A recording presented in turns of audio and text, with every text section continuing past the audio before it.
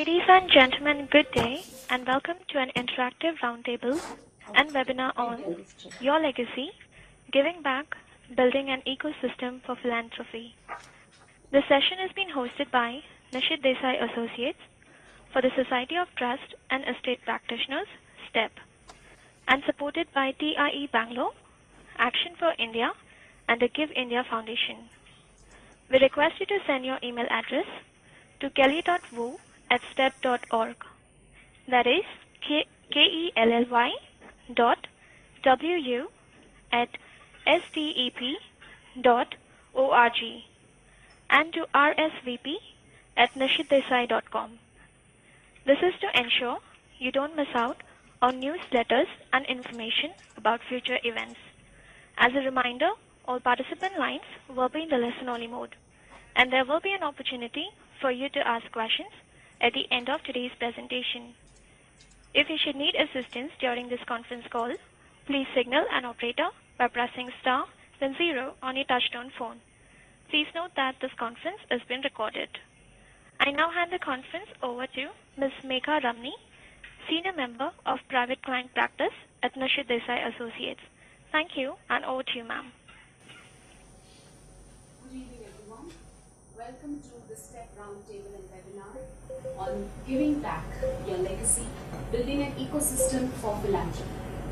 As the title suggests, the aim of this webinar today is to promote a dialogue between social entrepreneurs, wealth managers, and philanthropic organizations to understand how philanthropy can become a part of the personal portfolio of high net worth individuals. We hope today's discussion is a precursor to all of us coming together and putting together a set of recommendations to the government to help facilitate the philanthropic and entrepreneurial culture of India. A few words about STEP before I introduce the speakers. STEP is the Society for Trust and Estate Practitioners, which is a worldwide professional association for practitioners from a variety of professions who deal with trusts, estates, and succession planning, and who help to advise high net worth individuals and business families on the kind of legal and practical issues they face in planning their affairs. STEP has chapters in over 80 countries and has over 18,500 members and is looking to inaugurate its new chapter in India. Mr. Nishit Desai, who is the founder of Nishit Desai Associates, is the chairman designate of STEP India. We would also like to thank today our supporting organizations for giving their enthusiastic thumbs up to this event: Action for India, the TIE Bangalore chapter, and the Give India Foundation. Moving on to the eminent panel of speakers we have today, I would first like to introduce Manisha Joshi, who heads H&I Giving for the Give India Foundation. Manisha is joining us over video conference from BKC Mumbai. The Give India Foundation brings together individual and corporate philanthropists, and Manisha was previously with TCS and Datamatics, and in 2004 was also co-founder of Innovation Software Services, a software solutions company. We also have Dr. Sridhar Mehta, who is the Managing Director of Next Wealth Entrepreneurs Private Limited, which works to harness entrepreneurship for social uplift. Dr. Mehta was also previously the President of TIE Bangalore and elected to the Board of Trustees for TIE Global. Sanjay Kadaveru on the extreme. He is the founder and President of Action for India, which connects social innovators with impact investors, mentors, and government and local partners.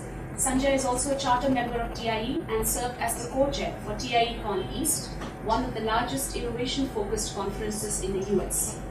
And now coming to the moderator of this discussion, Mr. Nishit Desai, who is the founder of the multi-skilled research-based international law firm, Nishit Desai Associates, with offices in Mumbai, Nariman Point, and BKC, and also in Delhi, Bangalore, Silicon Valley, Singapore, and Munich. Mr. Desai is an international tax and corporate law expert, researcher, published author, and a lecturer. He has also been recognized by IDEX Legal as the Managing Partner of the Year and by the Lex Witness Hall of Fame as the top 50 individuals who have helped shape the legal landscape of modern India. He is also the recipient of Professor Eunice's Social Business Pioneer of India Award. I now hand over the floor to Mr. Desai to set the tone for this discussion and to move this forward. Thank you so much, Megha, for a kind introduction of all of us a little bit. This whole subject of philanthropy, I think first we need to understand the context, because as lawyers, we always start with a definitional context, or at least some kind of a meaning.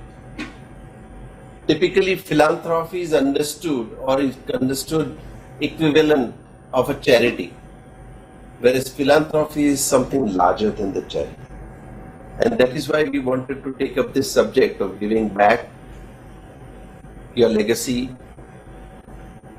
It's ultimately a legacy that you leave behind. So it is not about charity, just not about giving back, but the values attached to what you are giving back. I think that is what goes for generations together. I hear a lot in the world today about succession planning, very structured approach, very good, many ways a Western concept. But I read one book called Eternal Ventures, and I would recommend some of you to look at that. It talks about 35 or 40 Japanese companies which have lasted for almost 300 to 1000 years. How did they survive? How did they continue? In my humble opinion, the only sustainable factor in every organization is its value system. So if you create value system in an organization, even if your structure is not very perfect, even if your systems and processes are not completely in sync or formalized, you will still continue, because value system will provide you with a culture. And once again, as a lawyer, what do you mean by culture? Culture is a set of behaviors, common set of behaviors, which are not codified or which are not written.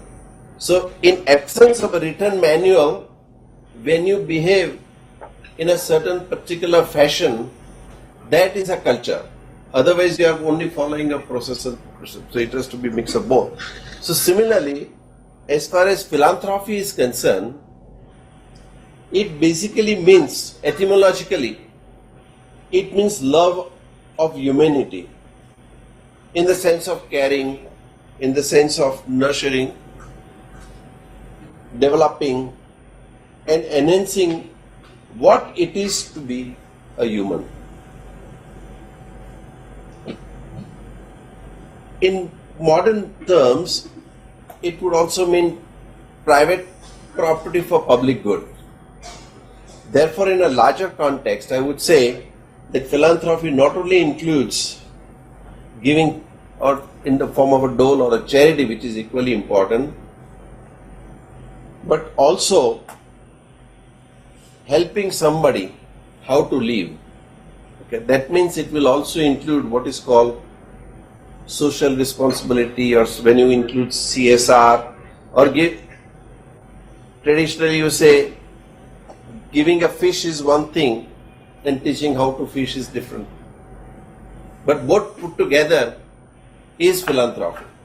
If you only talk of charity, it is just giving a fish, but it is much beyond. So this is the broad context in which we will be doing our discussion. So when we talk about philanthropy, we'll also consider to make it a part of your wealth management portfolio, if you may put it in those business terms. Within that, you need a framework that you want to put behind a value system of giving. You are giving, it may have 2 or 3 components, one of them being charity in the sense in which we discussed just now, and in the form of going beyond charity and teaching people how to live their life, of, continue living on their own. And so we'll include CSR as a concept, we'll include other ideas. So as we go along, we'll discuss, what we can do. Our program will be about hour to hour and 15 minutes, so please bear with us. I do not want to say exact hour, because I do not want to constrain discussion unnecessarily, but at the same time I didn't want to make as we understand time in India is slightly different than many other parts of the world. So I want to keep some flexibility, but within hour and 15 minutes max we should be finishing. We would like to leave some time for question answers as we go along. And to start with, what I would like to do, we have very illustrious people here in the speaker group, and if they could introduce themselves a little bit, that would be very, very helpful, because they are stories in themselves, and it's very interesting. I always get inspired with, people in the company of whom I'm sitting today. And I would request Mrs. Sridhar Mitra to, talk about yourself a little bit, and later we'll go into. Good evening. My name is Sridhar Mitra. Basically, I am the founder and managing director of a company called Next Wealth Entrepreneurs Private Limited. It's in the job of, it's a IT services company with two differences. First thing is the delivery centers are in small towns, not in a big city like Wipro or Infosys or IBM. Because they are in small cities or small towns, the centers will be small. But thinking is big like another big company. So it's a distributed model of large number of small centers. And we hire graduates and engineering graduates, science graduates, basically focusing on girls and people with disabilities who can't move out of their towns or cities, and provide them an opportunity to work in global IT services, good place to work, good job to do, good salary and good career without going to cities. That is the whole idea. The second difference is these centers are set up in partnership with entrepreneurs who has emotional connect to the place, who are qualified and experienced, so that they do all the things which are required in a center or in a region with minimal help from the Next Wealth headquarters, which is stationed in Bangalore. And the whole business model is that everybody wins in this one. The customers get half the price compared to the Indian city like a Bangalore or a Hyderabad, and they get a very low, near zero attrition, and they get a lot of flexibility to do that. The entrepreneurs can make as much money as if they were a vice president or a president of a large multinational or Indian company. The entrepreneurs get good salary, good career and all that without leaving home. And it also helps in reverse migration of people instead of going to cities. In fact, it can even enable people from cities to go back to education. So that's the job we are doing. Excellent. Sanjay? Sure. Thank you, Nishithai. My name is Sanjay Kadaveru. I'm the founder and president of an organization called Action for India. We are a fairly nascent organization, about 2.5 years old, and our core mission is to work with social innovators in India and help scale the impact of the work. Now, when I say use the phrase social innovator, it could be a founder of a for-profit social enterprise or a not-for-profit NGO, but where they're addressing critical issues affecting the bottom of the pyramid in sectors such as education, healthcare, energy, livelihood, agriculture. So we go to great lengths to identify these poised to scale social innovators and then work with them to give them access to the resources that they need to scale. It could be access to funding, mentors, technology resources, government decision makers, or even customers. So that's one strand of work. The second strand of work has to do with the work that we do with the Deshpande Foundation. Some of you are familiar with Mr. Deshpande, who was an advisor to the US president, and he is also the founder of the Deshpande Foundation. They've been doing some very interesting things in the social innovation domain in India, specifically in Karnataka, a place called Hubli. So they built a regional hub of social innovation there, and some organizations have massively scaled under the umbrella of the Sandbox, the project that they have initiated in Hubli. So we are trying to build a learning network of several of these regional hubs of social innovation around the country, modeled on the Sandbox, so that best practices can flow in from one regional hub to the other, and thereby accelerating the pace and scale of social development in the country.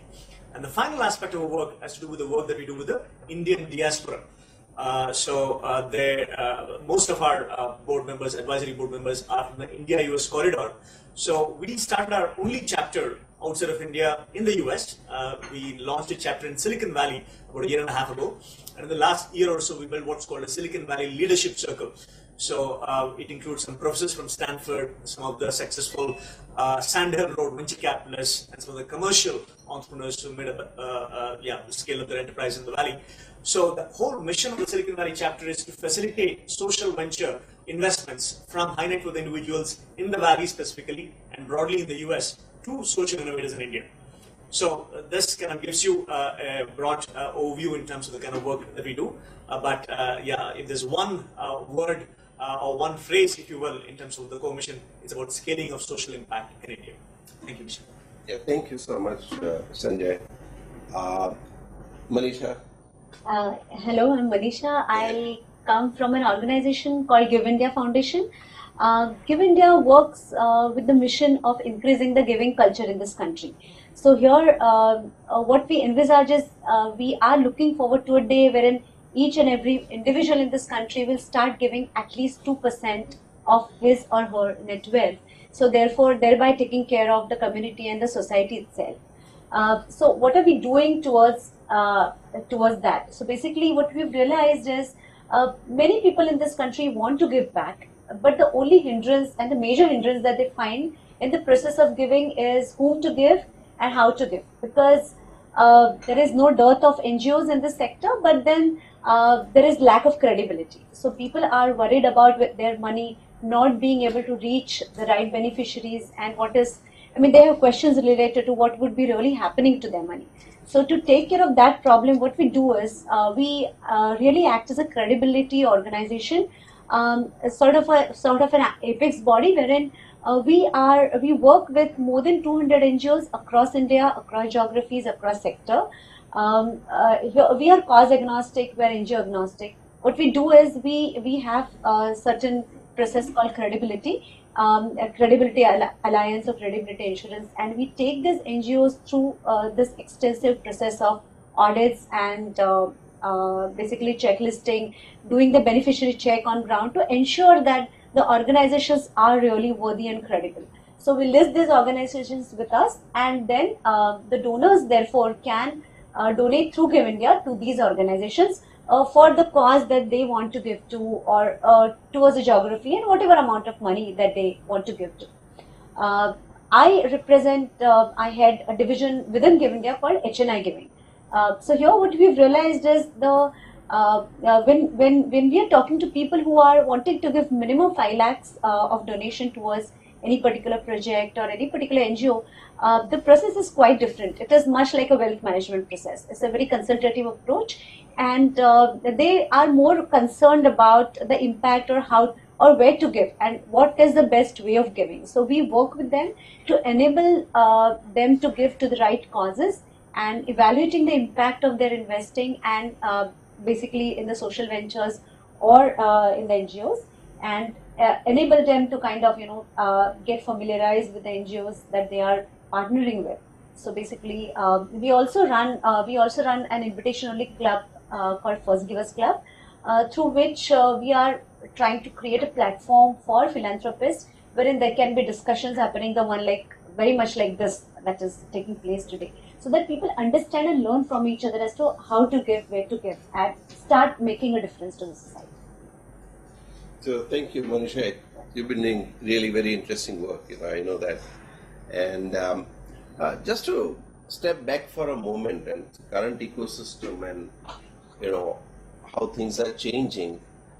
Let's look at what happened in India. In 1989, India was on the verge of bankruptcy, all of us know. And India opened up to foreign investment in 1991. It was just about 21st of June, almost close to this week, right? Lots of Indian businesses and business houses, they were under the threat of being taken over by the foreign companies and the entry of foreign investors and whatnot, and very insecure environment. So everybody started, pulling up the socks and, started to focus on business and, getting everything streamlined. If you see, the ecosystem industry has undergone considerable change. So we were in a real, or at least lots of Indian businesses were in the survival mode. They had no time for anything else but to hold on to their business first of all. Then came a time businesses stabilized. They also felt more confident of competing against the global players at times, and some other companies even. Today I believe we have largest number of millionaires, if I'm not mistaken, at least in terms of purchasing power parity for sure. And so we came to a stage where we stabilized. Then we started getting into the growth path, and I think most of the entrepreneurs in 1989 or 91 were in their mid-30s or something like that. Today they are at the age of about 60, 65, 30 years hence. Talking about me. Right? You're talking about me. But you don't grow old, It's aging is a process of mind and heart. So long as you keep those things intact, I think it's fine. Heart more so. So what happened was that we came out of the survival mode, stabilized, began on a growth path. Okay, now has come a situation that people are suddenly realizing they have not looked after themselves. They have looked after businesses more, and they have looked after their, what you call employees and everybody else. But many a time they have missed out on their own families and missed out on their own thing. Now suddenly at the age of 65, they are realizing that now they have to put their house in order. They have created huge wealth, but they have not really formalized their mindset as to how do they want to leave behind, if at all, At this point in time, in a foreseeable future, people will die. Maybe in next 40, 50 years, you'll get a lot more body spare parts available, so you can continue to live longer and longer. But at this point in time, so, as I see that we are at a stage where we have large number of wealthy people in the country. The class is growing, okay. In 1986, when we abolished estate duty, estate tax, the limit was about some 22 crores or something like that, and you were wealthy, and therefore estate duty was imposed. It was almost 85%. Okay, let's not remember those days. But today is a situation where people are becoming more and more conscious. They are looking at outside world and see, okay, Bill Gates and Warren Buffett and others have already been contributing, and so the whole mindset is undergoing change. So we are at a real point of inflection where thinking itself is undergoing change, and consciously people are looking at giving back. Consciously people are looking at doing something broader and what one would say, just looking into the wealth planning as a very different exercise, and of course the succession planning and stuff like that. So we are going to see large number of people coming into the philanthropy space. So there is an opportunity. Just before we started this discussion, I remembered in 1983 Harvard Business Review ran a dedicated issue on philanthropy, and it said there are $130 billion opportunity in philanthropy or not-for-profit sector as well. And it is about 11 years ago, right? So today it must be trillions. So now monies are going to come into the system. Question is, are we using them right? Are we channelizing the direction or not? Okay. So these are some of the questions that are coming up. And traditionally, there has been large number of donations and charities going into the temples and the churches and other kind of thing, which were used partly for some social good, some otherwise or whatever it is. But now people are channelizing also alongside. Almost all charitable or religious organizations also try to see the education happens, something else happens, and so it's getting into again a different mode now, and that's what they really. But we need also to discuss as to what they focus on. It will be very interesting to see, how Sridhar, you have a very interesting case study of yourself, So maybe it would be nice to hear a little bit more from you. Yeah, as Nishit was telling, I'm 66-year-old. Oh. And I'm retired, but I'm more busy than before. So let me share with you the problems I faced when I want to do something good. So basically my background is I'm from a small town called Chittoor in Andhra Pradesh, born into a large business family. But thanks to my brothers, I finished my education, did my bachelor's in electronics engineering, and then went to IIT Kharagpur, did my master's, went to US, did my PhD in computers in 1973. So unlike most of the people, I returned back to India, worked in the public sector in Hyderabad, Electronics Corporation, for 7 years, designing computers for defense and space applications. So that's the time when Wipro was about to start. So I joined them as first employee and as CTO. I was there for 20 years. So during these 20 years of my tenure, Wipro became the largest valued company in India for a period. And then I started a company called Entrepreneurs for Entrepreneurs. The basic idea is to provide the famed ecosystem of Silicon Valley to Indian entrepreneurs without leaving India. How do we provide them? So when I reached around 60 years of age, I retired from the FRE, and basically I was thinking, what should I do? So when I look back at myself, there's a deep void in me, in spite of being a successful corporate person or entrepreneur and other things. So I felt that it's my duty, and my conscience says that I should do something good for the society. So the easiest thing for me would have been to write a check to some good organization and be happy about it and waste my time. But I thought what I have is not just money, but also have experience of running a corporate, starting a company, and how to scale up, how to put teams together, how to put processes together to scale up, and a lot of connections. So the idea was that what should I do? When I looked around, the easiest thing is to find some organization and write a check. But then I started studying what is philanthropy, what is people are doing, what is communication. First thing I realized that is the super rich people like Bill Gates and Azim Premji, they put almost like a corporate structure to give shape to their own philosophies towards philanthropy.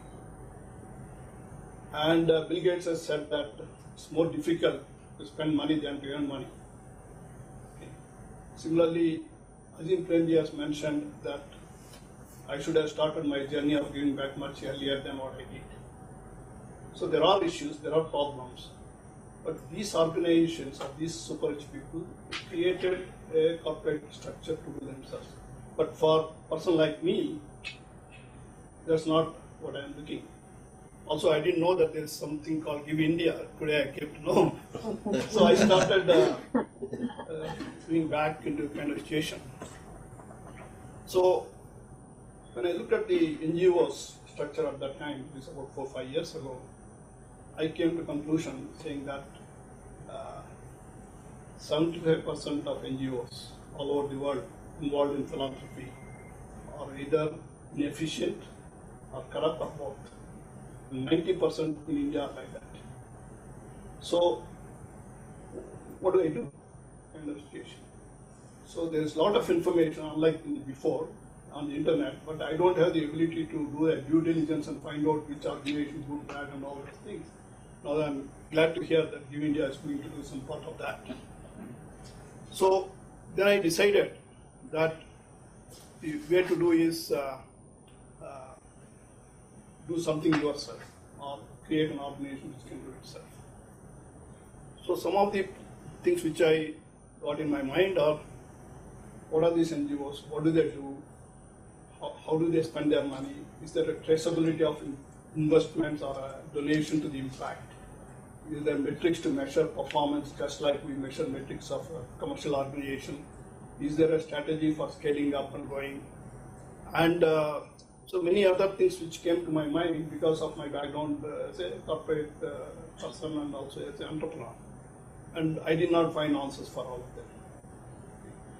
At the same time, there are few good organizations, exemplary organizations like the Akshaya Patra Foundation and the Arvind Eye Care Systems who are doing a scalable business of giving back.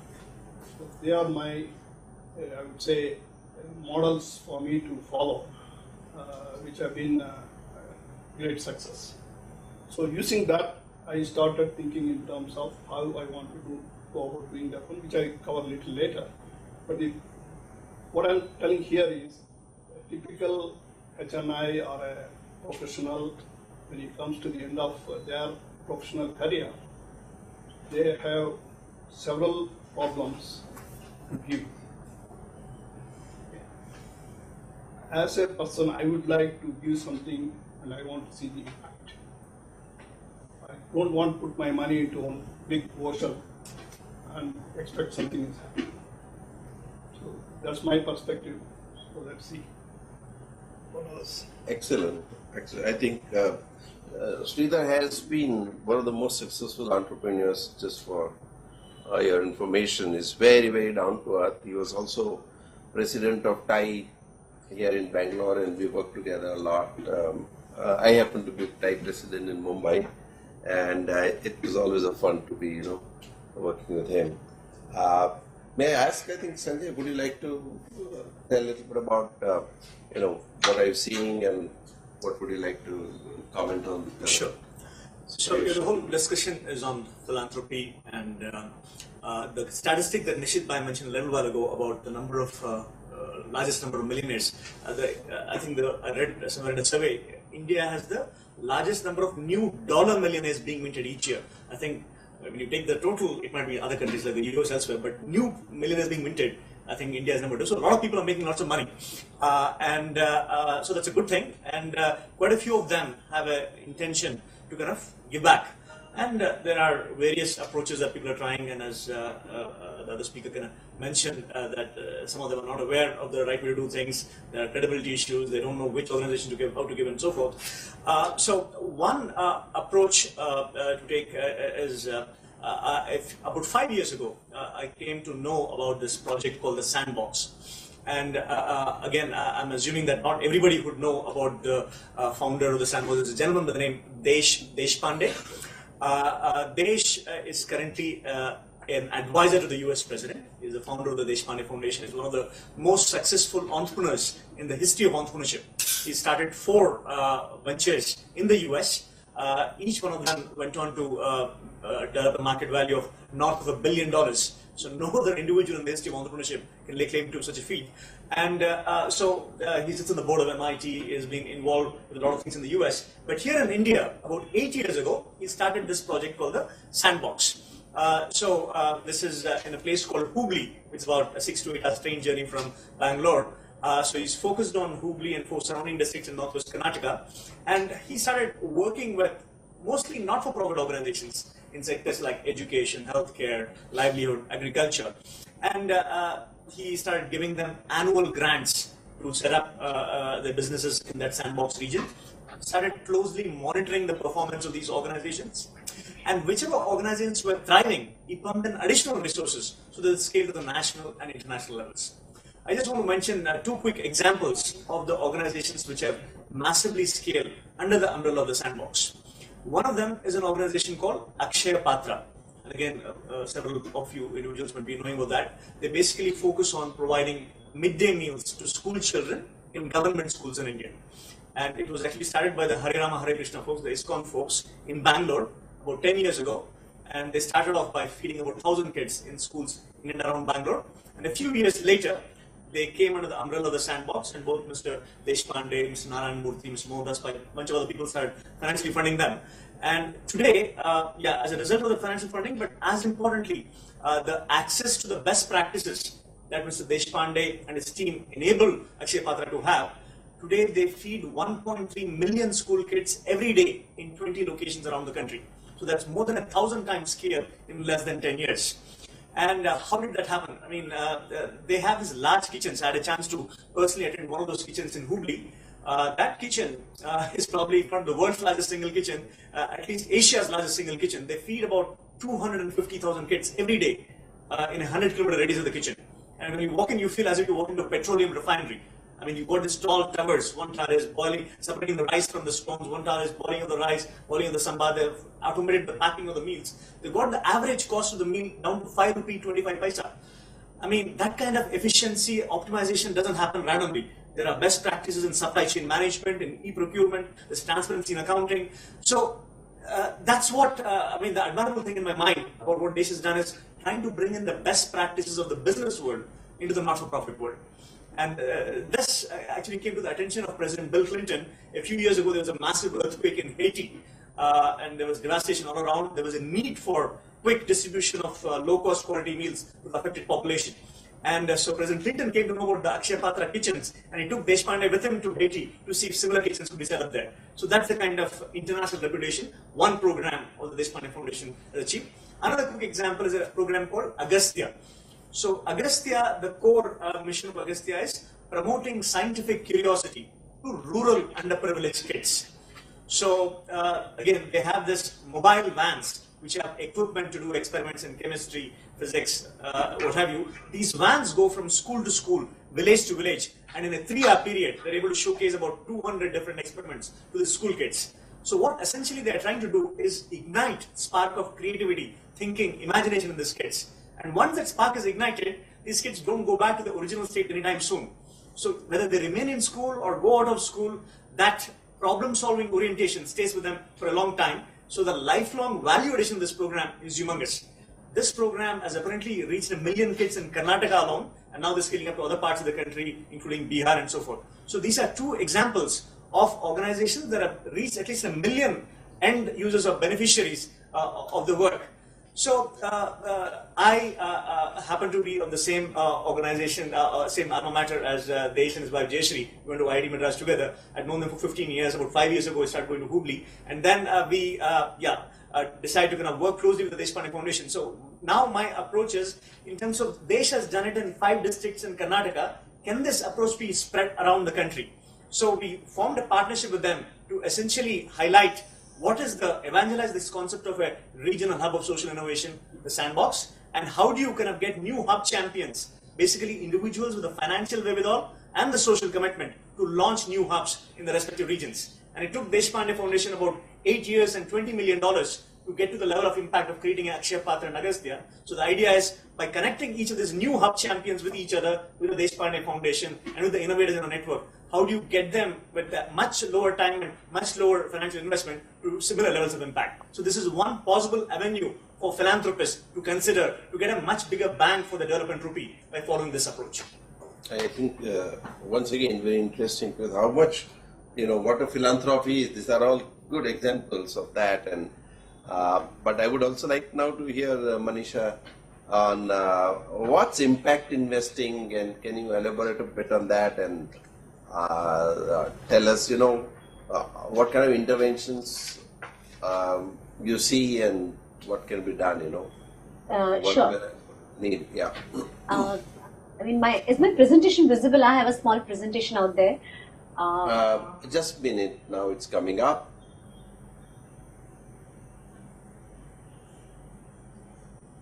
Yeah, that's visible now. Okay. Right. So basically, we work with a lot of organizations, a lot of NGOs, and we are very fortunate that we are also working with Agastya as well as Akshaya Patra, as was mentioned. So we've been, a lot of our donors are supporting these organizations also, very happy with them. So basically, going back to giving back to the society, there is highly insufficient dialogue about how to give. Basically, a lot of people talk about how much to give. They debate and they work out various formulas, and somehow we find that when we talk to various HNIs, they have certain figure in mind, certain number in mind, and they are that way sorted out in terms of how much they want to give or how much they want to start with at least. Also, at the same time, they have some idea about what should their money be doing. So in terms of the impact, in terms of, they know that they want to select the right organization. They want to maybe have their own team who will monitor and who will see and kind of, see the feedback coming from the NGO that they are supporting. But there's a missing gap in between.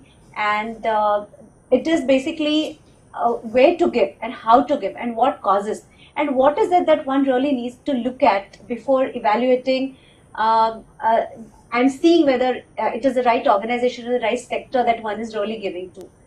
So I will talk a little bit more about how we go about doing it and how can really one, I mean, there are a couple of things that one needs to be aware of.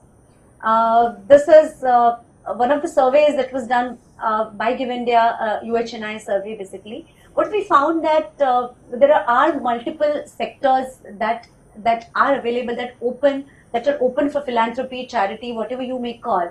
But Nishabhai, as you also rightly mentioned some time back, that only couple of sectors or subsectors are the ones that attract maximum donations or even the philanthropist attentions as well. So one of them is definitely education, the other is healthcare, and that too primary healthcare. But there are so many other areas that are really not touched upon well. And there is a lot to do in those. So basically, I think this is majorly because people are not aware that there are these gaps existing and there is not enough information available about where exactly can they make an impact. So there are a lot of gaps in terms of employment, infrastructure, food and agriculture, governance. Governance seems to be a big gap area wherein there is a lot to be done, not much done. So first thing is to be aware about where the gaps are, where is the demand and where is the supply, and where there is an opportunity to really make a positive difference. So that's one thing. What we also say is whenever you're donating, your donation can be really classified into 4 distinct categories. The first one is the most direct one, basically what we call charity, not philanthropy. So here one really is talking about giving to direct beneficiaries. And most of the donations fall into this category. When people are saying, I mean, I've just taken an example of an education sector because that happens to be a very close to heart sector for many people. And this could be, directly, directly giving to the beneficiaries. So giving to the chain of schools, giving for the tuition fees of students, giving for the books material. So this is called direct to beneficiaries. And most of the people who are donating are falling into this category. The second is not very, very direct, but tending towards direct. So basically services that are required for improving the final beneficiary or final impact on the beneficiary. For example, remedial support, or the teacher training program, principal training program, though it does not really mean directly supporting the tuition fees or the books of the kids, it is some way or the other impacting the kids directly. So it is somewhere close to direct, and this is another area wherein most of the donations are also attracted to us. So basically, most direct and direct are the areas wherein people are really giving. The third one is an indirect, and this is kind of not so popular. People have now started looking at it. So this is basically working with the institutions that serve the beneficiaries at scale. So this is one area wherein there is a huge void. For example, transforming a school system of a city or district. I can give you an example of TFI, or I can give you an example of Muktangan, which is operating in Mumbai, or Akanksha School. So what they're doing is they're working with the municipal schools within the city of Mumbai, but trying to improve the system of education, so thereby trying to change the system within the government structure or municipal structure. So this is sort of an indirect investment, and the fourth one is the most indirect one. So basically, working in the sector of governance, working in the you can call RT, right to education, or trying to see whether there can be policy level changes that can be made. Somebody can invest into that, so that the beneficiaries that benefit out of it are usually, the number is very large. The reason why I've got these 4 things out here is, as I said, that the first 2 categories attract a lot of donations and the last 2 don't. But there's an evidence and obvious reason for that, because in the first 2 categories, when you invest or donate, the impact is immediate, the impact is visible and measurable. Vis-a-vis the last 2 categories, where the impact is not very, very immediate. It could take a long time, because if somebody is trying to bring about policy level changes, governance, the impact could be really delayed. but it will have, and also it is not measurable in the immediate sense. What we have also seen, therefore, is the first two category investments are more controllable. So you have direct control on, I'm giving X amount of money and therefore I am supporting tuition fees for X number of students, Y number of students. That does not happen in the last two categories. Nevertheless, what we have really been advising people is to have one component of, certain component of your donations going towards the last two categories, because there, though the impact is delayed, it has the potential of creating a huge impact. When such changes do take place, when the corporate governance, related changes take place, policy related changes take place, they can really create a huge impact. So that is something that one needs to really think about. So approaches to giving, there is no right or wrong approach. It is, one has to look at the time required to create the donation impact, that is one, and what is one comfortable giving to us, whether it is grassroots, whether it is capacity building, whether it is advocacy. So one has to be really aware about various ways in which one can give, which can create the impact basically, and how to find the right organization basically. So basically, I've just put out a small decision-making matrix wherein one has to look at what causes he or she is passionate about, the reach, whether what kind of reach one is looking for, whether it is local, state, national, global. What kind of NGO one is really looking at associating oneself with, whether it is small and you want to scale the organization up with your intervention, or you are comfortable working with a larger organization with systems and processes in place. The approach that I just talked about, the 4 ways in which you can give, and what your funds will be allocated towards. So this is about being aware about various ways in which one can give, and various ways in which one can really create an impact. So what I would say is basically, when we advise people as to how to give, we say that, okay, start with a broader basket and then experiment and see where exactly you want to get associated with over a long period of time, and at least ensure that a part of your giving is going towards the last 2 categories, which will create more impact. So this is a gist of impact investing that we really talk to our donors about. Yeah, I think so. Now we know what philanthropy is and how we should go about. Interesting issue arises because these are all good intentions, but what we are really seeing is, that famous book says, difficulty of being good, right? So that you want to be good, but you encounter so many things. Today's newspaper, I believe, Business Standard also has run an article on this. What kind of problems NGOs and the other sectors face. Today, it is very important to understand that in the country we are working, unfortunately, at cross purpose. On the one side, we want a lot of foreign investment and foreign exchange to come into the country. On the other hand, one department tries to encourage the foreign investment or even giving and all those things, including in the social sector. For example, Security and Exchange Board of India has come up with, program for social venture funds.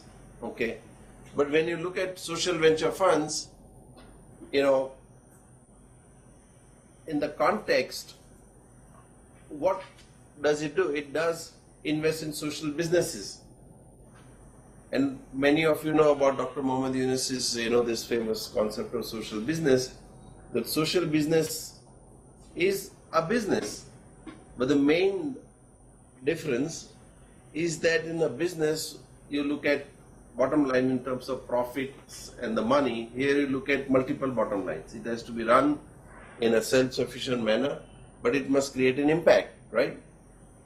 And but when we start looking at developing social businesses through either NGOs, until recently, Companies Act, talked about CSR. This was a new thing that they brought in. But suddenly, social business project as an item of CSR is removed, which was the core of the whole act.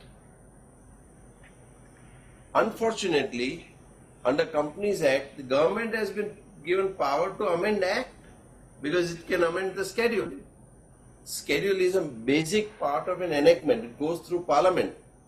And here, the government is able to change the schedule. Schedule included item 9, so I think schedule 7, item 9 talked about social business, which is like creating large scale impact. So that item has been removed. So now how would a social venture fund invest in a social business? Because Companies Act is now becoming a deterrent to setting up social businesses, of course. And whether it would classify under the 2% spend. Earlier it could, but same new law is now changed within less than 6-8 months. Now, that is one thing. Other thing, if you look at income tax, of course, it said that France used to be number 1 in tax misery index. Now India has overtaken. So, unfortunately. And I believe government is looking into the ways and means. But there are so many issues in tax, particularly for not-for-profit sector. And day after day they keep on revising even the basic definition of charitable purpose. And so if you earn, except in some cases, if you even charge a small fee, your exemption is taken away. Because one of the things it says, the advancement of the object of general public utility, that is considered as charitable object. You do some advancement of public utility work.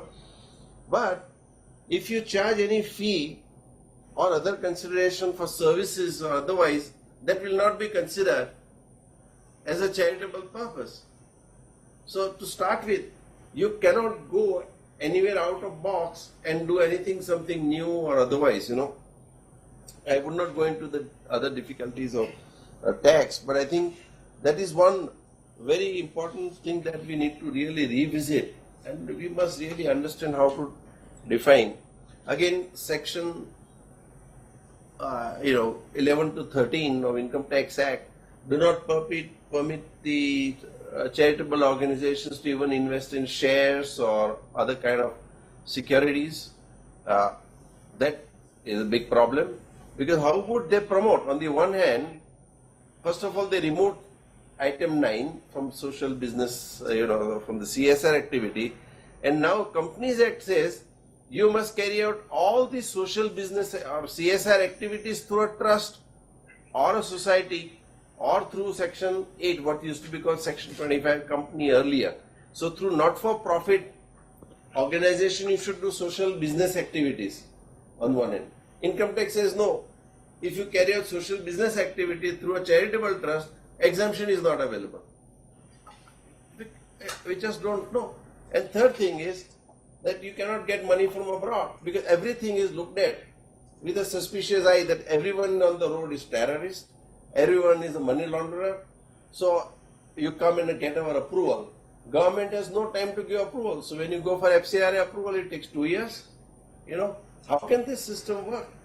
So it is easier to start profit-making venture today in India for a foreigner than not for profit. And I think we have created this condition. It's not only that, not only foreign companies cannot give, say, or donations or otherwise, but even foreign citizens, Indian origin people with foreign citizenship cannot also make a donation to Indian not-for-profit organization. Number 3, if there is an Indian company, which is legitimately completely under the jurisdiction of Indian government, that also cannot make investment if it has foreign investment in that company. So, even Indian company with foreign investment cannot also make. Now, you expect all Indian companies making profit in excess of 5 crores, must contribute to social. On the one hand, you say that Companies Act says everyone must contribute to social CSR activity, right? CSR activities must be carried out through a trust or not-for-profit entity and stuff like that.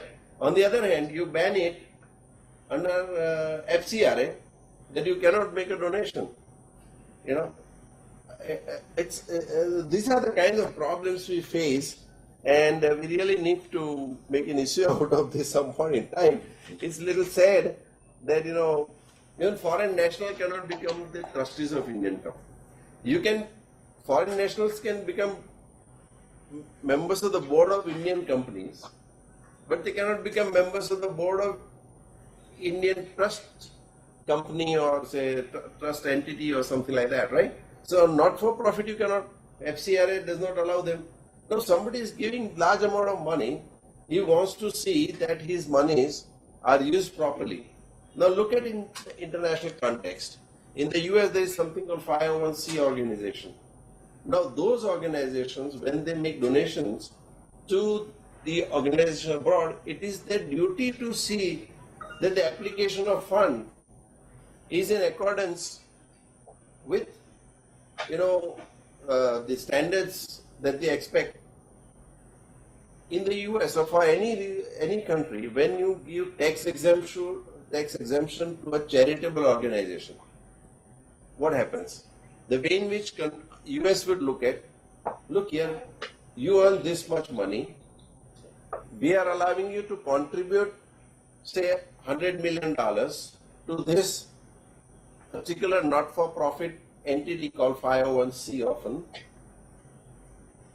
and we will not charge you 35% tax, which we would have normally charged even the state level tax, but 50% tax in the US government. They forego 50% of their tax, which would have been $50 million, right? Government says, look here, normally we would have collected these taxes and spent for the benefit of our citizens, right? Now, therefore, it is normally expected, even Indian law does not allow charitable trust to donate outside India, because what they say, we would have collected these taxes, we allow you to spend money for the good, but they say you spend money for the good of the country's people. So when 501c and other organizations abroad are allowed to use that money which would have otherwise gone to their citizens outside their country, they want to make sure that when they spend money outside their country where they have no control, US government has no control once money comes to India, they say you have strict standards of application of the funds. There is a huge liability and obligation and responsibility on the foreign trustees and the board to see that these monies are properly applied. So when they give money, obviously they will expect there to be on the board of trustees or some kind of system, so they may not have majority. But today, this is a situation we have created, you know, assuming that there is a national threat, because security, once it comes, all questions are stopped. Because, you know, and but I think we really need to come to grips with this FCRA. It is draconian in many ways. It is hampering good activities. Yes, you have reasonable standards for anti-money laundering. You have reasonable standards to check the what you call the background of the people. Yes, it is fine, but you leave it to the banks. When foreign portfolio investor comes, what do? You tell banks to do that. Okay. How can you, sitting in Delhi, continue to approve and you don't approve for two years? What will an organization do? Even genuine organizations, most of them are suffering. So I think these are some of the problems we have been facing in India. But I would also like to hear from Dr. Mita and from Sanjay and I think Manisha, if you have any thoughts on this, you know, any hurdles you faced or anything like that. And in next couple of minutes, we'll open up to more discussion on the subject. So you can ask questions or make comment, but don't give a talk, just make comment or question. No, actually, when I started Expert 3-4 years ago, all these problems were there. So initially we thought because it's not for profit, we'll go and start a not-for-profit company, Section 25 old company. Then we went to advice from Ernst & Young. First thing we found out that it takes 2 years to get an approval. Second thing is we have to have a representative from register of companies in your board who will be monitoring you and saying every time what is wrong with it, and we have to keep proving that we are clean, we are clean, we are clean every time. So that will go bandwidth, our managerial bandwidth will go there rather than working in your own company and other things. So finally we decided that we'll have a for-profit company rather than not-for-profit company kind of situation. So this is a serious issue of not-for-profits being put down, as if they're all cheats or they're all things. Of course they're all cheats. But you should have methodology and by which you have to distinguish between them so that the bad things done by people should not be used to punish the good people. Yeah, so as I mentioned in my earlier remarks, we have a chapter in Silicon Valley, and one of the missions of the chapter is to enable social venture investments from HNIs in the US to social innovators in India. And again, as was stated, this FCRA, because we do quite a bit of fundraising in the US, and that's going to benefit the social innovators in India. But if they need 3 years of audited financial statements before you can even apply, and it takes 2 years to finally get the approval, then there's no way that you can kind of leverage the money from the US or anywhere outside of India to support the work of the organization here. And just recently we've also been shortlisted by this US Agency for International Development for matching grants for supporting the work of supporting early stage social entrepreneurs in India. It's a division of the US government, and again we need FCRA for that. We've been one of 2 organizations from India to be shortlisted for that, one of 2 organizations globally. But if we don't have FCRA, none of that is going to be of any value to the work that we do. So we are in a kind of bind as to kind of how to kind of deal with that. So definitely there's a need for reform and to kind of expedite the timelines for how these things can be handled. Manisha, you have any? We have FCRA, but then we accept donations on behalf of the NGOs that we support. So we always face a problem when the NGOs that we support don't have FCRA.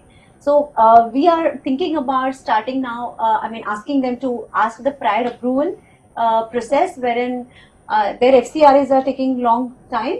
But in the meanwhile, if they know the exact donation amount and a donor, then maybe they can at least go that route and they can at least attract donations. So this is a via media that we are currently working on, and I hope it works out because a lot of NGOs are suffering because of this problem, FCRA problem.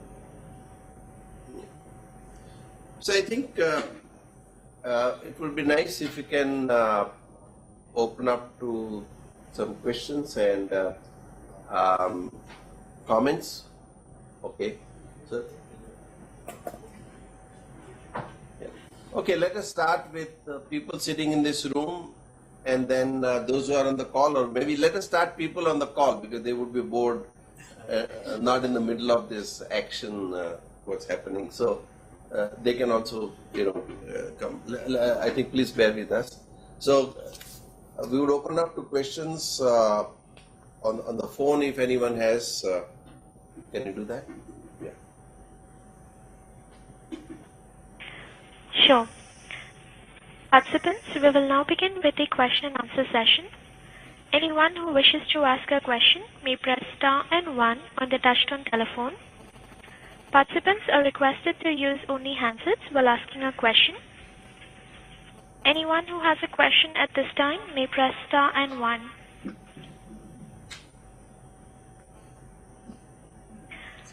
We have the first question from the line of Tanjum Ahmed from Gateway House. Please go ahead. Hello. Yeah. Can you hear me?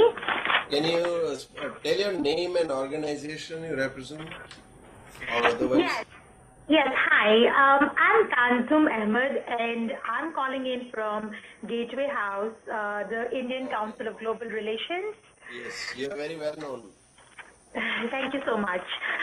So my question would be that, in terms of a think tank, what would be the best way to sort of, attract more membership in terms of, because we are not looking for direct donations here.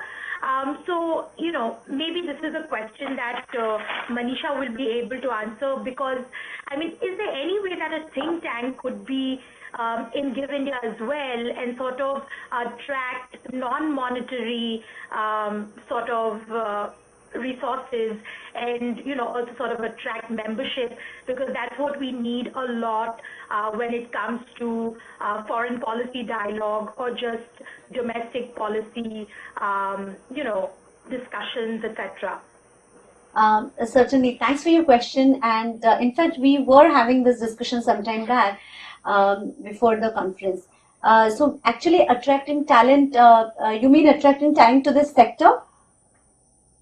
Yes, sort of, connecting us perhaps to, more people who would be interested to come to the think tank, perhaps join our roundtables, or, just in terms of non-monetary sort of resources, Right, where we can, I don't know, perhaps do a little bit more of networking, maybe through Give India, or, anything of that sort. right. So, as I was mentioning some time back, that we also have a similar program called First Givers Club, through which we try and create a platform for people to come together. So, through this platform, we are actually kind of showcasing what is the sector looking like, or what are the opportunities for people to come invest, not monetary, but otherwise. So, because what we feel is monetary donations are okay, but then what the sector requires more is talents as well as enthusiastic participation from people with innovative ideas. So we are also working with a lot of people who are actually thinking about creating kind of fellowship programs for people from abroad to come and work in India. We have a couple of people on our rolls also currently who are from from abroad and who have committed to 2 years of working in India, and they come with a different perspective. They come with different kind of talent, and because they are eligible to get this kind of fellowships, they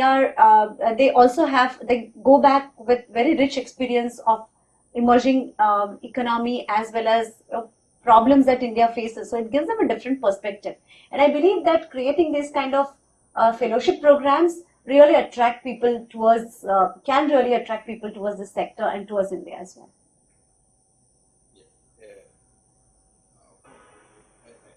Okay, that's great. Thank you so much. Welcome. Just to respond to that on the think tank, I think it's a very good idea. In fact, even for philanthropy, we are planning to create a think tank. What Gateway is on a big scale, they think big, global basis. We are trying to develop a think tank as to how can we change the things that we have already discussed.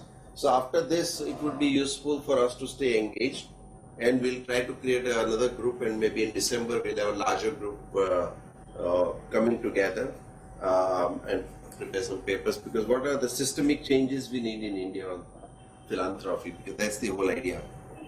Again, understood in a broader sense. Any comment at this point in time from anybody, or we can move to the next question? Okay, yeah. Let's go to the next question. Thank you. Our next question is from the line of Ipshita Chaturvedi. Please go ahead. Hello, good evening. Can you hear me? Mm-hmm. Hi, my name is Ipshita. I am striving to be an academic. I'm a potential PhD candidate, and I specialize in environmental law. Mm-hmm. For a while now, I've been sort of trying to cut through the pie, which is why this conference was interesting for me, since we were talking about social entrepreneurship with the ultimate idea of equity and, making this world a better place, if I understand correctly. While I understand that philanthropy is a very important part of it, my question would be, what do you do when the question is not really about philosophy of philosophy of philanthropy or a policy itself, but policy implementation? And how do you address the civic society loopholes that this country faces? As an example, the policy that the government had come up with about the quota system, either 25 or 10%, of poor children in private schools are being flouted every day. To me, this was a good policy. It was a good policy because while donations are good, this is what really encourages equity of making a good system. And this is where, India is different from the rest of the world, because I could talk to my plumber in Australia or Canada, but I couldn't do that here because the difference is far too much. To bridge the difference, this was a good policy, but civil society seems to be going out of their way to flout it, saying instead that I'm going to donate to an NGO, but I'm not going to let my kid study with a poor kid. My question is, how do you deal with something, with this kind of civil disobedience? Mitra, or anyone has any comment? So basically, my approach is slightly different. Just pardon me for that. See, I'm not going to change the world. I'm not going to change India. Okay, is there a project or a problem which I can solve with my resources, where I can directly go and do this one? I focus on that, because in that way, I'm happy to do what I'm doing, rather than getting unhappy with so many other things. What is wrong with it?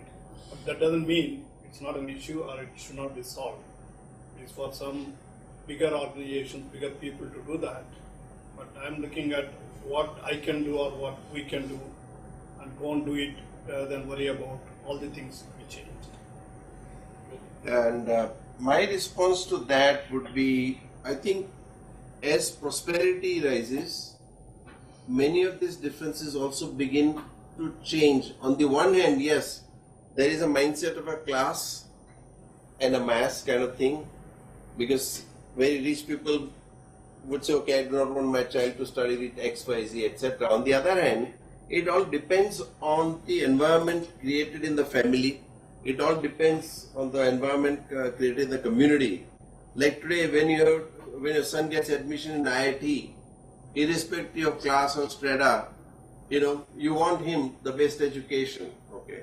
Same way, as we have moved along, if you look at our society about 100 years ago, and when you say Harijan or other person, they would not even go closer to that, even not near the shadow.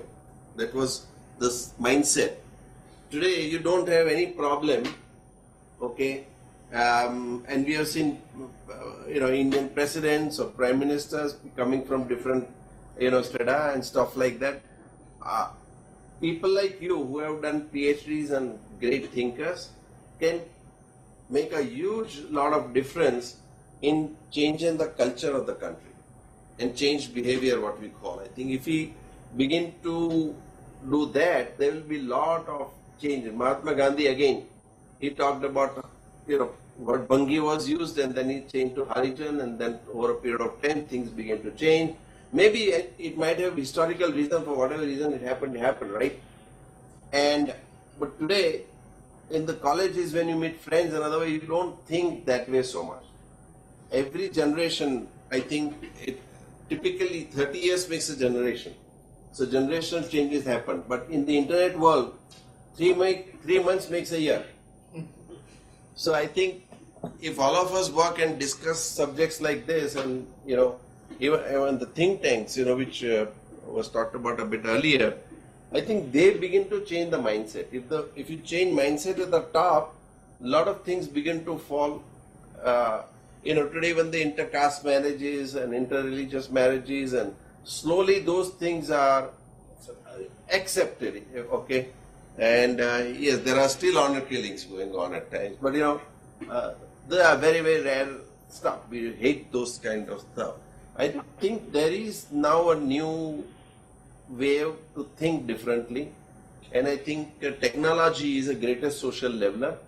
Allows you to communicate with people from all castes and creeds, because you don't see people across the world even, And today, even India, we have, on the one hand, we have black and white, we talk, but really speaking, even black and brown, there is a divide. Today, how many Indian companies would be willing to hire blacks from Africa? Okay. Right, no, you're right. So actually, my point was, what you're talking about is absolutely right. I'm sorry, I'm interjecting. It's just that I'm as a lawyer, what I'm concerned with is that there is a law, and when a law is made, compliance is mandatory. Then it is not your personal belief system. What I'm saying is, don't you think that we need more think tanks or NGOs addressing civil non-compliance of a law that is in place? That is what I'm talking about. Okay, I'll give answer in 1 minute, one sentence and close, because we'll move forward and this is an interesting subject. Is that as we have activists coming into picture in corporate sector, okay, slowly there will be activists coming up, and the whistleblowers and other kind of people. We have an ecosystem for that, but I think slowly once it begins to happen, you will begin to see the change. But by and large, I don't think there is so much as it used to be at one point of time, that kind of a divide. And even educational institutions, high level, they all try to comply with the law. The sense for compliance has improved. I would not say it is where we should be, but I think I will stop at that. Thank you. Any question? Thank you. Our next question is from the line of P.V. Krishna from Goldman Sachs. Please go ahead. Sure. I think a lot of good points got spoken today on the call. Thanks so much for everybody.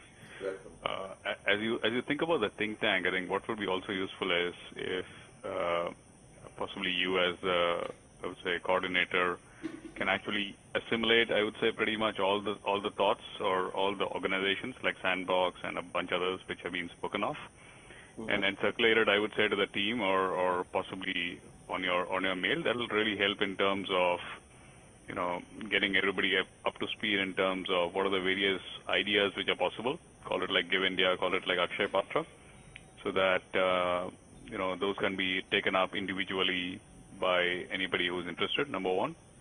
Second is I also wanted to understand, as I would say, a lot of these seem to be concepts which actually are working from a regional standpoint, and particularly names like Akshay Patra and names like Sandbox. And I think somebody did speak about trying to make it, I would say, more broad-based across India. I just wanted to understand, number one, I'm sure there are a lot of challenges, but clearly in terms of thinking about expanding it to other regions, I'd be very interested to not only support it from where I sit, and I do spend a lot of time with policymakers, and both from that standpoint as well as from a personal standpoint in terms of contributing. So just wanted to leave that as a thought, and particularly I would say areas which got spoken of. So if there is any way that you can actually send details over, I would be very interested in terms of ensuring that whatever is within, I would say, at least in my control, I'd definitely like to actually step in and be of help there. Very nice of you. Thank you so much. Just on a subject of think tank, personally, myself and firm, we have set up a lot of global think tanks because we are a global firm with reach in the US, in Far East, in Singapore, in Munich, etc. So if you go to our website, you will find a lot of think tank reports, but mostly they are on the legal stuff. And I have taken the initiative of setting up think tank for philanthropy as well. And I was addressing Impact Forum in Singapore last week. And there have been people from France, Australia, other places also interested, because we usually try to set up global think tanks.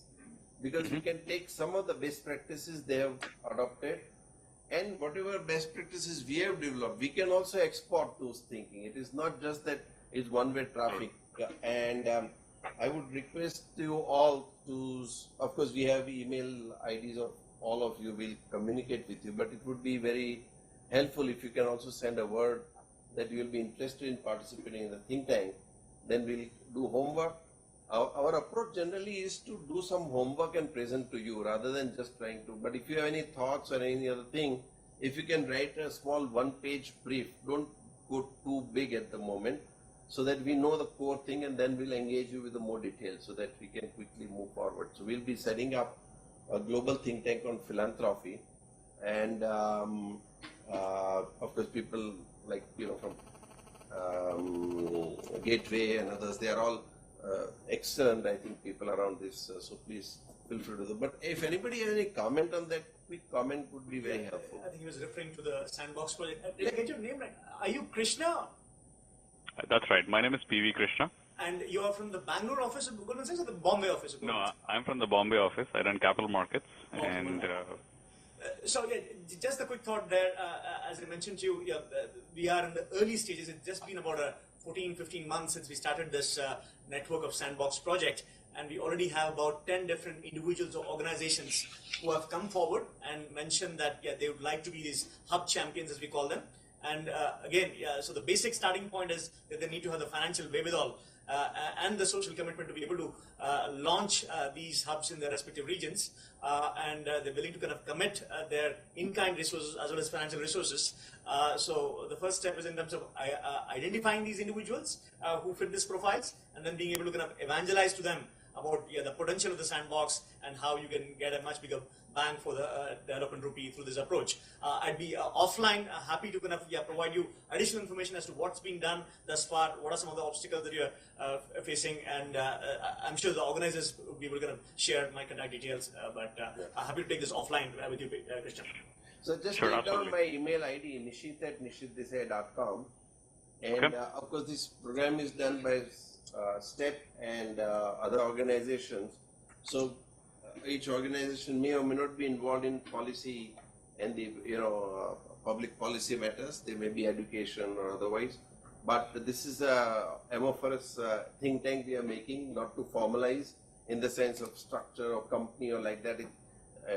So it will be people come together, making right point, and I think dissolve it. That change the world. I think just for info, nishit@nishitdesai.com is a good thing to start with. Okay. Sure. Any comment anybody has? Then shift to Yeah. I think we had quite a few questions online, but now can we have offline in the sense that we have people sitting here in the room waiting to ask some questions? So mindset is that they are online on virtual world. They are all sitting. For them, they are offline here. Okay. Any question here? On the lines of what Krishna spoke. Yeah. Scott Russell. So as wealth managers' perspective, our perspective, so today we are facing a lot of obstacles as to how do we take our super rich clients to a conclusion of philanthropy. So that is where I guess Give India does a lot of work, and I'd be happy to understand more from them as to how do we go about taking the super rich clients to the cause. So something that I thought Give India give us some idea. I think Give India has done a great job. I have attended some. Can you, Manisha, tell? Today, I would appreciate if there is somebody who can talk to us later as well. So, Even you can talk in a very, very brief about how do you go about connecting high net worth individuals with the give space. Right. So as I said earlier, that what we do is what we believe is in a very consultative approach. So it is like the wealth manager approach, wherein we talk to the individuals and understand as to. I showed this presentation and I talked about various areas in which one can really contribute. So we present all that. We have a lot of tools that we use to understand where they're coming from and what is it that they would like to do. And on the basis of what they are, what is coming out of those discussions, we present to them a couple of options wherein they can invest. So there could be policy changes. So I would also be happy to talk with Mr. Krishna, because we do have certain organizations which are doing excellent policy level work also.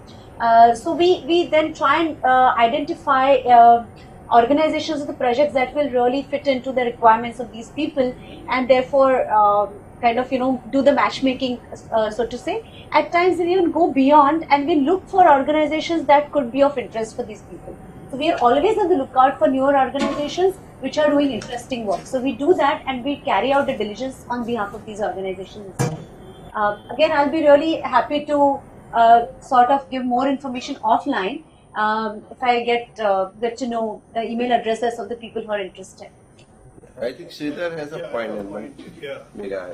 Today, in the e-commerce world, we have marketplaces. So people want to buy, want to sell, The technology has evolved so much that it is becoming a global thing. Today, Flipkart is $1 billion company, Snapdeal is $1 billion company. What they do is marketplace.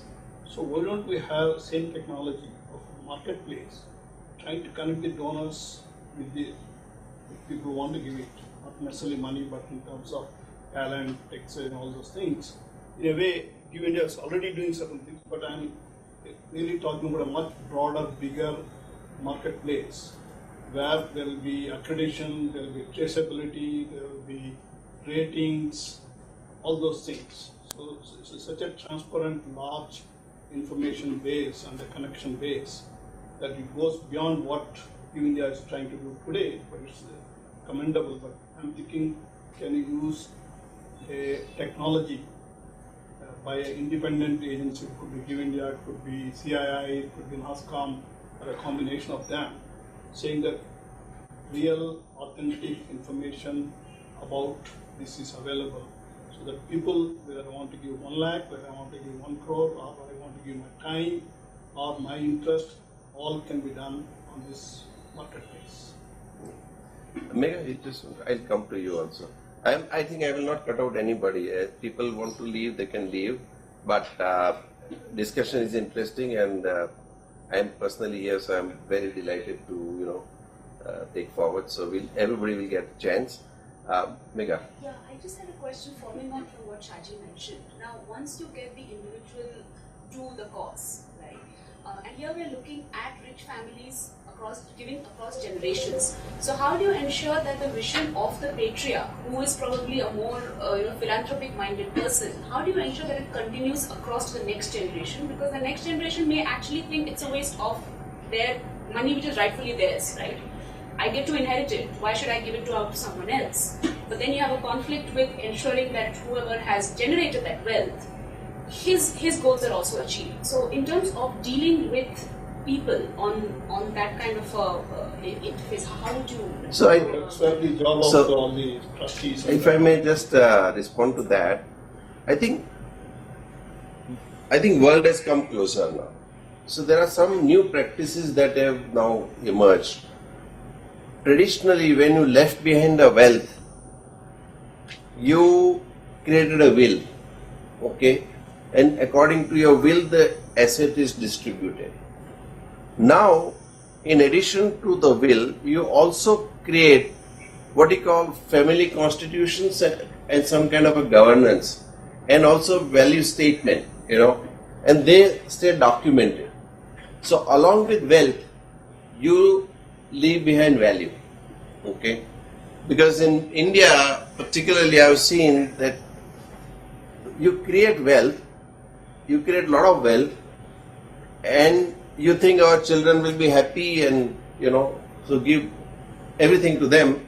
But very soon, you start seeing a lot more quarrels and disputes. So you leave behind more quarrels and disputes because there is no clarity amongst the heirs as to how should they broadly behave, and what are the parameters or something like that. So in everything, as I mentioned, you need policy and processes, some procedures for every organization. Same thing you need to some extent in families, and at the same time you also need to build a culture, and therefore it will be very important that you document your culture and basic principles. At least it will stay as a guideline to the generations to come, and then you can preserve your wealth much better, and that's one of the ways in which one can work on. But I think if anybody else has a comment or your next example is Ajin Premji Foundation.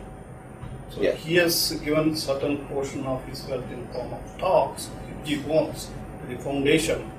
It is going to be a perpetual which his sons cannot come and touch it. Right, okay. And how to be spent over a period of time, everything is different. Right. So I think you had a question, name and... My name is Uday.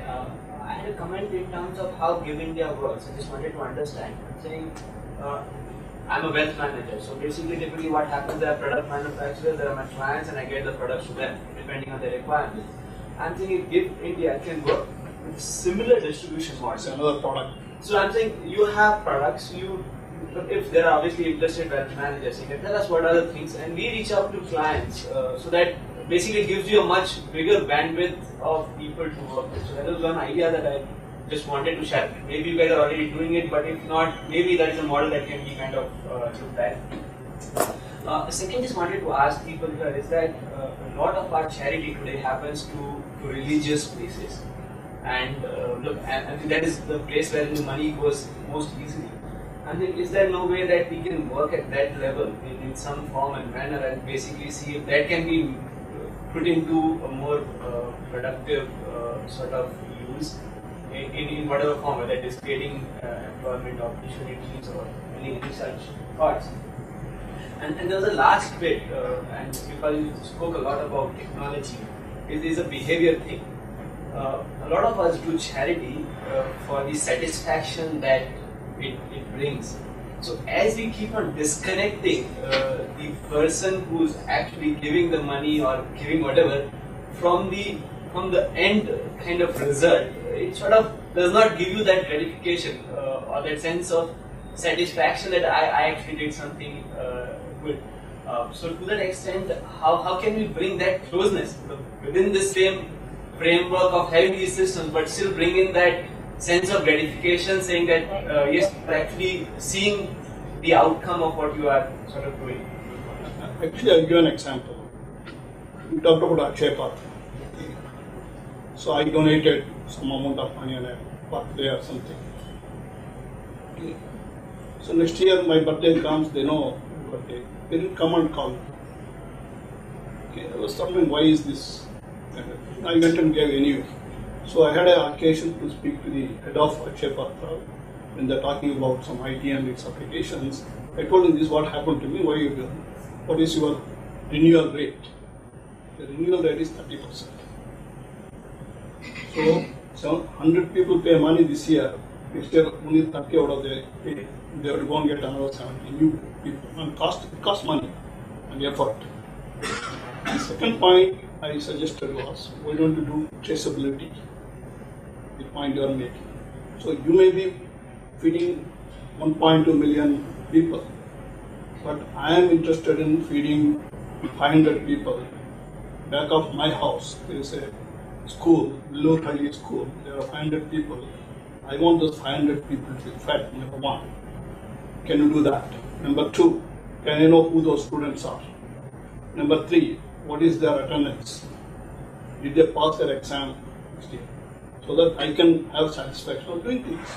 So one side you have 1.2 million in scale, other side you want traceability, and today it's possible to be done. So I gave a method by which it can be done. See, today there are agencies which can go and take a photograph or do all these things. It costs 25-30 rupees for some this one. So you take that one and create an IT system in which you can know the marks, you can see the names, you can see their photos. If you are given for 10 guys, you can do 10 guys. If you are given for 100 guys, you can see. So the technology helps to do these things kind of situation, even though it may be. Yeah. Any more questions? Maybe can I just add to? Oh, sorry. Yeah.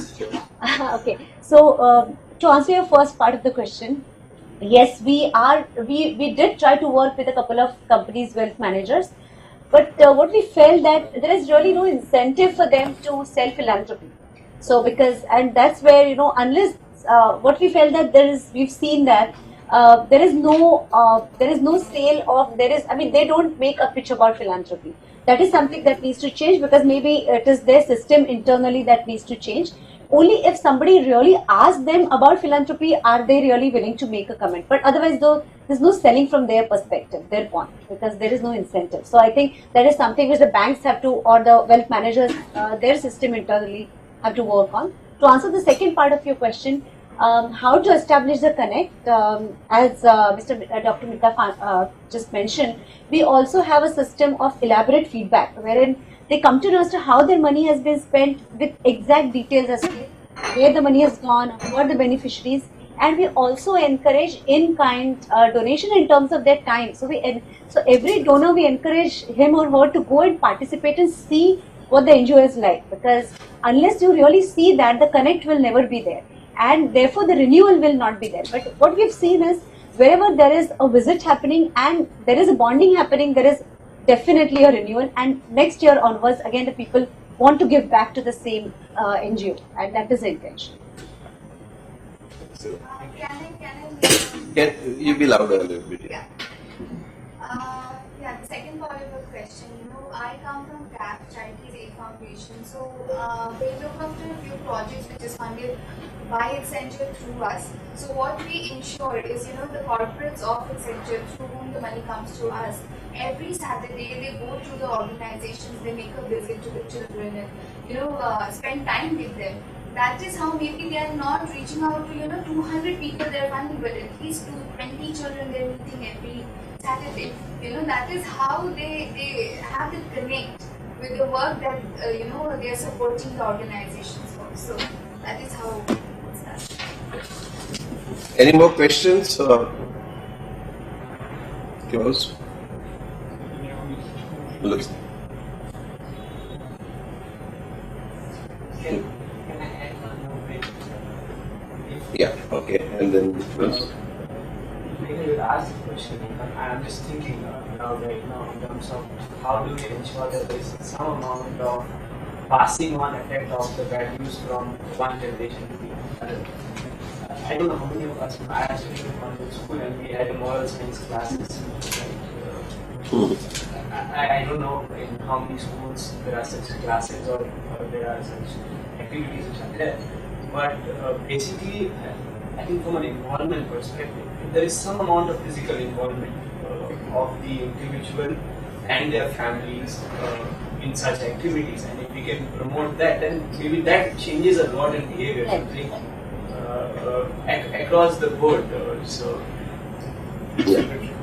I think what you said is moral science, right? I am a student of art, so I don't understand science, but art is all about heart. Okay. And so if we combine art and science together, I'm sure we'll find some way, because science was, as Manisha mentioned, that there is no incentive for the wealth managers to recommend something going to philanthropy because they have no. Now, can you create incentive, and what kind of incentive that would be? Some of those things we can possibly work around. And you had anything to say? Plus technology. Technology is. Dr. Mita and also Dr. Sam Pitroda, who is my close friend for a long time, he always told me that technology is the greatest social leveler, and technology can enable us to find solution. So every time I have any problem, I would first look at technology. Even if you have a problem with your wife, first thing technology can allow you to communicate more conveniently and without, fighting personally.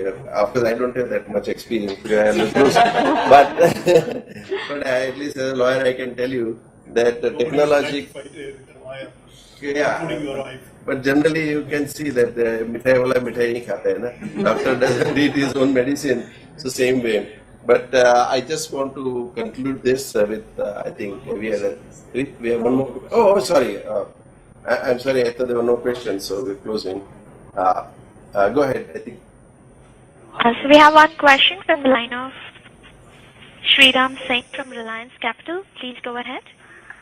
Hello. Yes, welcome. Yeah, good evening. See, again, I think a part of it has already been answered. Basically, I come across a lot of people in different rural tier 2, tier 3 cities with good social business idea. And these are either startups or they have started a couple of years back, and they are in need of money. And here in Bombay and in Delhi and big cities, we have got HNIs and family offices who are ready to fund these kind of ideas, who are really looking for these kind of ideas. So, marketplace, of course, it was answered by the panelist, but still there is a huge gap. And so how to answer this, and where, let's say if I am an entrepreneur sitting somewhere in, let's say, Indore or let's say in Patna or Lucknow or Coimbatore, and I want a funding, and the idea is fantastic, it is scalable, the team is fantastic, and a lot of ITNs and IM guys are coming and they're starting. But somehow, they're coming and it's happening on an ad hoc basis. If they know someone through friend or some family offices. So how to make it more institutionalized or more structured? I think that's where perhaps Sanjay can give a quick comment as to how can you bring, people, there are people who are in need and people who have ability to give. Right. Because like you have the events in terms of what are the new innovations and new ideas and new business models which are coming. So you can showcase your ideas, right, and people can come and possibly participate and support. Sure. And Dr. Mita, I will... Before that, I will tell this what's happening. See, you're talking about people with ideas needing funds in tier 2, 3 cities. See, 10 years ago, tier 1 city didn't have that. Okay. So where is the question of funding here? As a president of TAI, I have seen the evolution of the entrepreneurship and funding in Bangalore. So today we can say that we are almost pretty close to Silicon Valley, but 10 years ago there was nothing here. There was no money, there was no VC kind of situation. But today, the ways at which things are happening, either by government or by organizations like TAI, or by people like Sanjay's organizations, or in a way others, it is amazing. For example, in Karnataka government, I am part of a committee which is setting up 10 incubation centers in tier 2 engineering colleges and providing them facilities, funding, mentoring and all those things. So it's already happening. I'm sure other state governments will follow soon. Similarly, TAI is going from a physical center of Bangalore to a virtual center where people from any corner can take the benefit of TAI in terms of funding, in terms of mentoring, in terms of other things which needs entrepreneurship. So things are happening, and my suggestion is, if he is an entrepreneur, if he is irrespective of where he or she is, he can find a way to get to these people. So that's what entrepreneurship is all about. And I will support Dr. Mita that he is here in Bangalore, and I am in Mumbai, and I also happen to be a former president of TAI. I am also on the board of current TAI, and I think one of the major spaces of innovation in India is going to be in the social sector, because scalability is high. By the time we reach Silicon Valley technology ecosystem, to get a next Google may take 8-10 years. I would not necessarily say that the ideas can come from anywhere, but on a rational basis, it appears that by the time we come to that level of technological innovation, I think Silicon Valley will continue. But where we can do a lot more innovation would be in the social business sector, social sector. And there are so many things that really can service the whole society and the whole world. And TAI is one of the organizations which can bring people together. AFIs are the organization, maybe Manisha would have some other organization. So we are all there to help and connect to the extent possible, and then you can create a marketplace. That is one of the solutions. And coming together, that itself is another thing. Now coming together is move away from physical meeting also to virtual meeting. Yeah? Just as look at today, the whole program, I see that we keep on going on and on and on. And I have told people, if you want to leave, you leave, but people are not leaving. So it's very unusual, especially when a lawyer is talking, nobody wants. So anyway, but that was something else. C.K. Prahlad used to say, what a wonderful country India is. We have million problems, right? Billion problems. Yes. So there's no depth of problems to be solved here. Right. Just a quick addition to what you just said. By the way, Sriram, are you the same Sriram Singh of previously of RBS? Yeah, RBS Foundation. Yeah, I was the director. Hi Sriram, this is Sanjay Kadaveru. We met before. Yeah, I know. I've been hearing, and in fact, I had met Mr. Deshpande's team at Sirsi. They have the regional center as well when we were doing a climate change workshop at HSBC. Wonderful. So just to add to the discussion that was shared thus far, I mentioned to you earlier on that we have been shortlisted by this USAID. So the whole objective or the theme of this project is to promote early stage social entrepreneurship initiatives in emerging economies.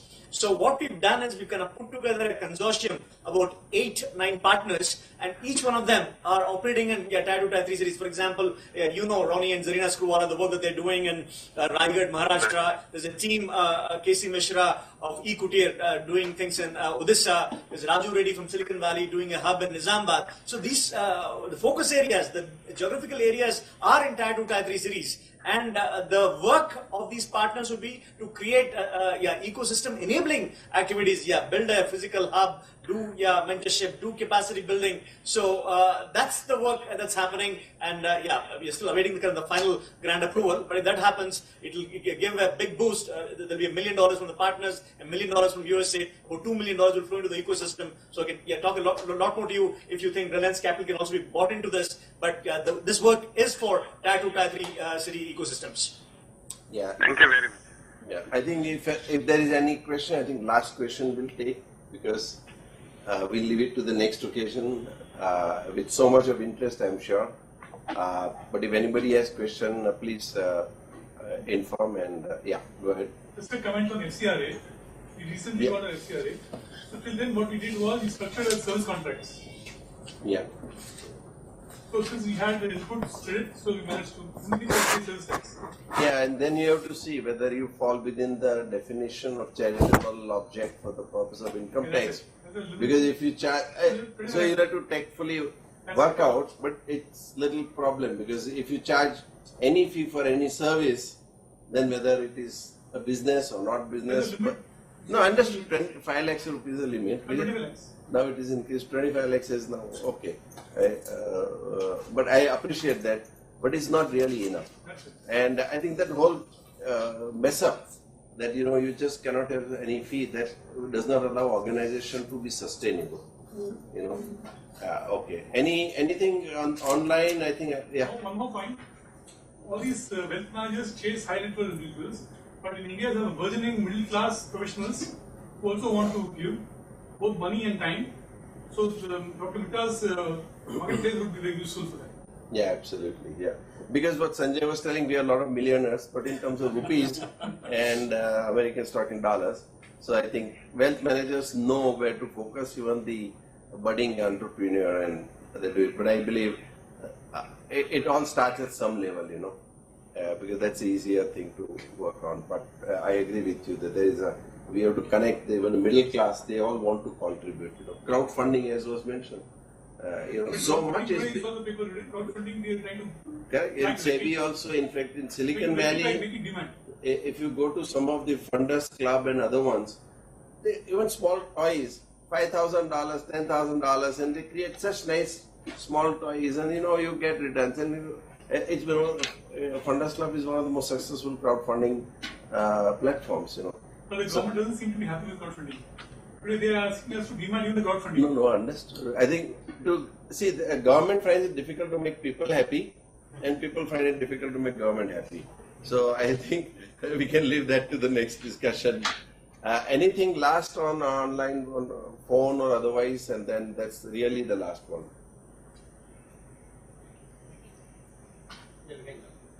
Yeah.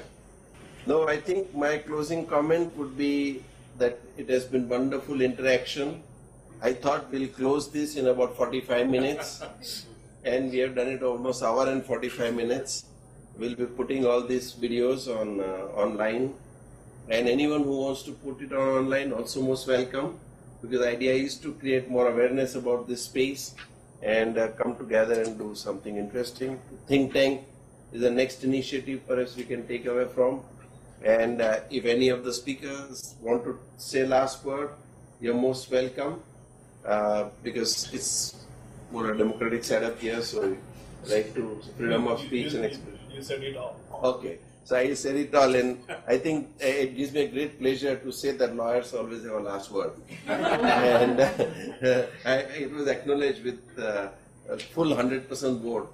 So I also cast a vote of thanks to all of you for coming here, making this very interesting and exciting a subject of philanthropy, giving, and very few people would want to talk about it, and very few people even want to do about it, but I saw that there was huge interest in this space, and thank you so much. And sometime in December or so, we'll have another occasion to get together. Please feel free to write to me personally on nishit@nishitdesai.com, and you can also visit the website of all the organizations which have come together here. It will be, I think we have a lot to do to change the world for the better. Thank you.